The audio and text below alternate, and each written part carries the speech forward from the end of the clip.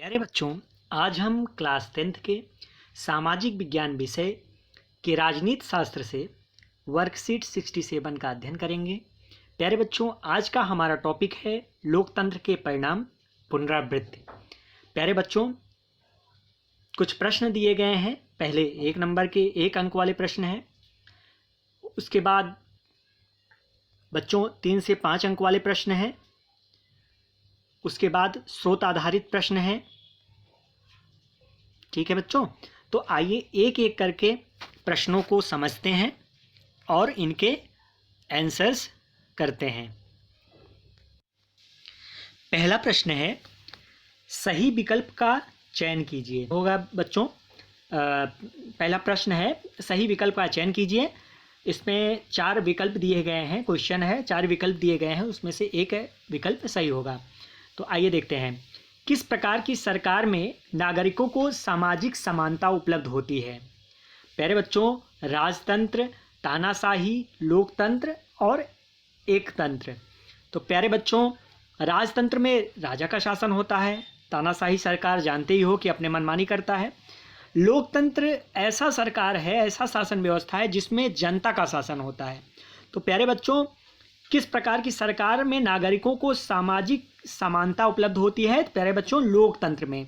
तो इसका आंसर क्या हो जाएगा? लोकतंत्र। ठीक है। नेक्स्ट क्वेश्चन है, रेखांकित शब्दों को सही करके वाक्य को पुनः लिखिए। तो निरंकुश सरकार वैध सरकार होती है? तो प्यारे बच्चों, नहीं, लोकतांत्रिक सरकार जो है वो वैध सरकार होती है। ठीक है। नेक्स्ट क्वेश्चन है, सत्य व असत्य बताइए। प्यारे बच्चों, सूचना के अधिकार के सरकार के कार्यों को बारे में जानकारी प्राप्त की जा सकती है। सत्य है बच्चों, सूचना के अधिकार के तहत हम सरकार के कार्यों के बारे में जानकारी प्राप्त कर सकते हैं।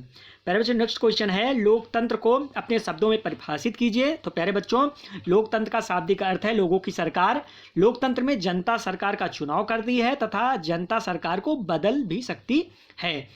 एक ऐसे भी लिख सकते हैं बच्चों, ऐसे भी लिख सकते हैं, जनता द्वारा जनता के लिए शासन जो है वो लोकतंत्र कहलाता है। लोकतंत्र की परिभाषा अगर हम देंगे तो इस प्रकार से भी दे सकते हैं बच्चों कि जनता का शासन जनता के लिए व जनता के द्वारा। ठीक है बच्चों। चलिए, नेक्स्ट क्वेश्चन हैं बच्चों, 3 से 5 अंक वाले हैं। आइए एक एक करके इसको देखते हैं और इनके आंसर करते हैं। प्यारे बच्चों, पहला प्रश्न है, शिकायतें किस प्रकार लोकतंत्र को सफल बनाने में सहयोग देती हैं। तो इसका आंसर हो जाएगा बच्चों, शिकायतें निम्न प्रकार से लोकतंत्र को सफल बनाने में सहयोग देती हैं। पहला, बहुत समय से स्त्रियों को समान अधिकार, न्याय और स्वतंत्रता से वंचित रखा गया था, मगर लोकतंत्र में सभी अधिकार सुनिश्चित कर दिए। समाज के कमजोर वर्गों के लिए विशेष प्रावधान करना। और नेक्स्ट है बच्चों, उचित प्रतिनिधित्व देने से विभिन्न जातीय समूहों के बीच टकराव कम हुआ।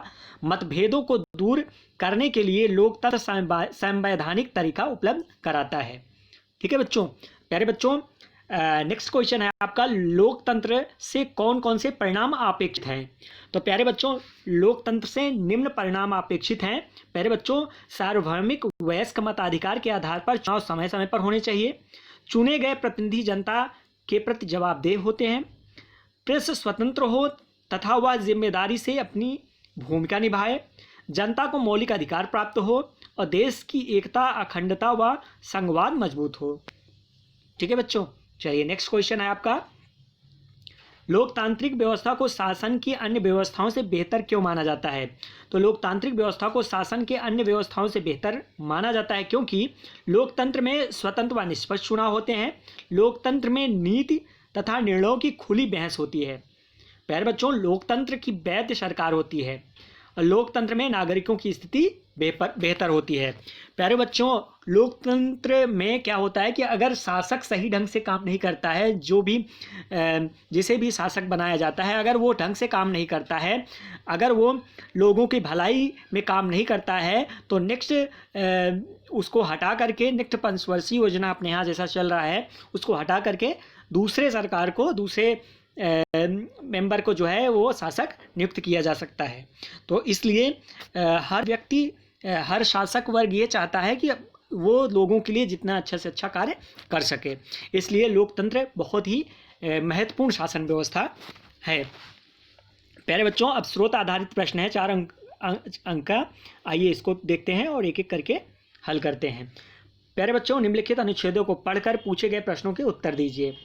व्यक्ति की गरिमा और आज़ादी के मामले में लोकतांत्रिक व्यवस्था किसी भी अन्य शासन प्रणाली से काफ़ी आगे है। बच्चों, प्रत्येक व्यक्ति अपने साथ के लोगों के सम्मान पाना चाहता है। अक्सर टकराव तभी पैदा होते हैं जब कुछ लोगों को लगता है कि उनके साथ सम्मान का व्यवहार नहीं किया गया है, अर्थात भेदभाव किया जा रहा है। गरिमा और आज़ादी की चाह ही लोकतंत्र का आधार है। दुनिया भर की लोकतांत्रिक व्यवस्थाएं इन चीज़ों को मानती हैं, कम से कम सिद्धांत के तौर पर तो जरूर। अलग अलग लोकतांत्रिक व्यवस्थाओं में इन बातों पर अलग अलग स्तर का आचरण होता है। लोकतांत्रिक सरकारें नागरिकों के अधिकारों का सम्मान नहीं करती। फिर जो समाज लंबे समय तक गुलामी में रहे हैं, उनके लिए यह एहसास करना आसान नहीं है कि सभी व्यक्ति बराबर हैं। ठीक है बच्चों, ये था हमारा अनुच्छेद जो हमने पढ़ा। आइए अब इसमें कुछ प्रश्न दिए गए हैं, उनके आंसर करते हैं। पहला प्रश्न है, टकराव कब पैदा होती है बच्चों या उत्पन्न होती है? तो प्यारे बच्चों, यहाँ पर देखिए, यहाँ से पूरा लिखा हुआ है कि टकराव तभी पैदा होते हैं जब कुछ लोगों को लगता है कि उनके साथ सम्मान का व्यवहार नहीं किया गया है, अर्थात भेदभाव किया जा रहा है।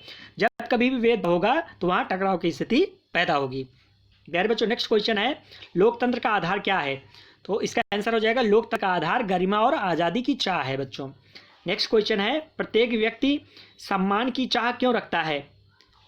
क्वेश्चन नंबर 3, प्रत्येक व्यक्ति सम्मान की चाह क्यों रखता है? तो इसका आंसर हो जाएगा, प्रत्येक व्यक्ति आत्मसंतुष्टि तथा स्वाभिमान के लिए सम्मान की चाह रखता है, या प्रत्येक व्यक्ति अपने साथ के लोगों से सम्मान पाना चाहता है। प्यारे बच्चों, हर व्यक्ति लोगों से सम्मान प्राप्त करना चाहता है और वो प्रत्येक व्यक्ति अपने आत्मसंतुष्टि तथा स्वाभिमान के लिए वो सम्मान की चाह रखता है। नेक्स्ट क्वेश्चन है कि व्यक्ति की गरिमा और आज़ादी को लेकर संसार की सभी सरकारें समान रूप से व्यवहार करती हैं? तो बच्चों, उत्तर इसका होगा नहीं। व्यक्ति की गरिमा और आज़ादी को लेकर संसार की सभी सरकारें अलग अलग स्तर का आचरण करती हैं, समान व्यवहार नहीं करती हैं बच्चों। ठीक है, तो प्यारे बच्चों, इस प्रकार से आज हम क्लास 10th के कार्यपत्रक का अध्ययन किए। प्यारे बच्चों,